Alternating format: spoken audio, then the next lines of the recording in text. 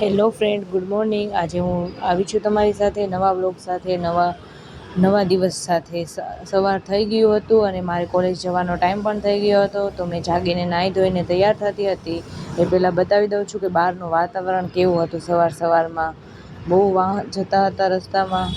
બસ પછી બધા પોતપોતાના કામે જતા હતા અને મારે પણ કોલેજ જવાનું લેટ થતું હતું.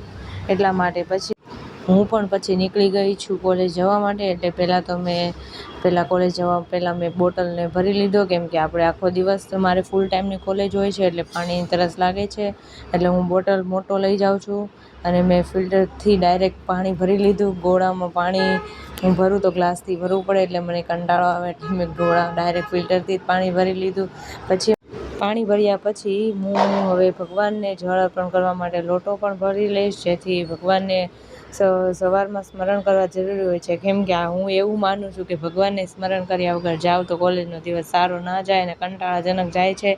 એટલે દરરોજ સવારમાં ભગવાનને હું યાદ કરું છું અને પછી જ કોલેજે જાઉં છું. રેગ્યુલર હું ભગવાનને જળ અર્પણ કરું છું. એવું નહીં કે શ્રાવણ મહિનો છે તો પાણીમાં આપો ભગવાનને, ભોળાનાથને નવરાવો, એવું નહીં. હું રેગ્યુલર કોલેજ જતાં પહેલાં હું ભગવાનને જળ અર્પણ કરીને જ જાઉં છું.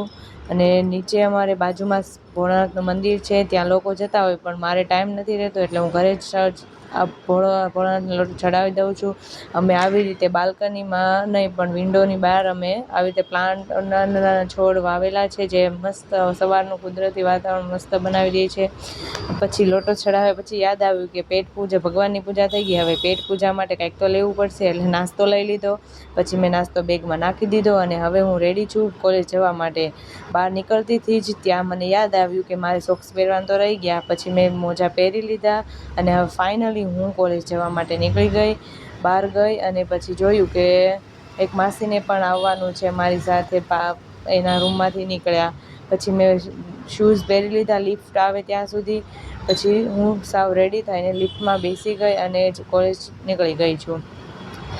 હું એકલી જ કોલેજ જાઉં છું દરરોજ, એટલે એએમટીએસના ટાઈમે મારે નીકળવું પડે છે. પછી બહાર જોયું તો સિક્યુરિટી દાદા હતા નહીં, એટલે મેં પણ બ્લોગ બનાવી લીધો. બાકી એ સામે જોવે આપણને શરમ આવે. એટલે અને તમે પણ જો કોલેજ જતા હોય કોઈ, તો મને કમેન્ટ કરીને જણાવો કે કયો કોર્સ કરો છો અને કોલેજ કેમાં જાઓ છો, કઈ જગ્યાએ કર્યો છો, ક્યાં કોલેજ કરો છો. જો અમદાવાદમાં કોઈ કોલેજ કરતું હોય તો કમેન્ટ કરો કે કઈ કોલેજમાં છો. અને આવી જ રીતે મારા ડેઈલી બ્લોગ જોવા માટે લાઇક, શેર, સબસ્ક્રાઈબ કરો.